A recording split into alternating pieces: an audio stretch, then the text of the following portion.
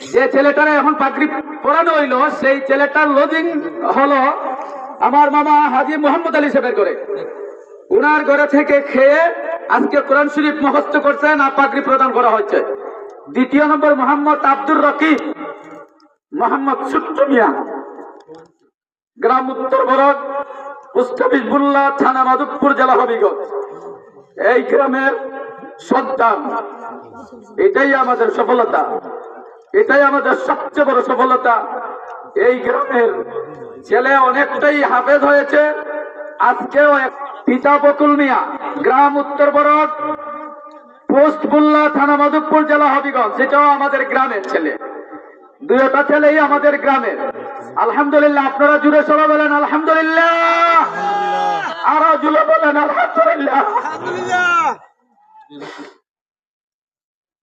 এটা আমি যদি কোটি কোটি টাকার মালিক হইতাম, তারপরও সেই কাজ আমাদের পক্ষে সম্ভব হতো না, সেই কাজ আমাদের পক্ষে সম্ভব হতো না,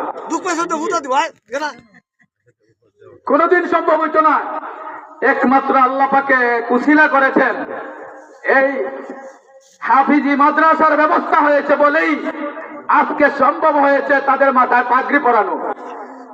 সুতরাং আপনারা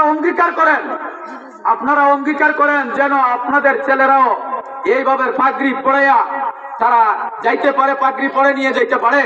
সেই তৌফিক আল্লাহ দান করুক। সকলে বলেন আমিন।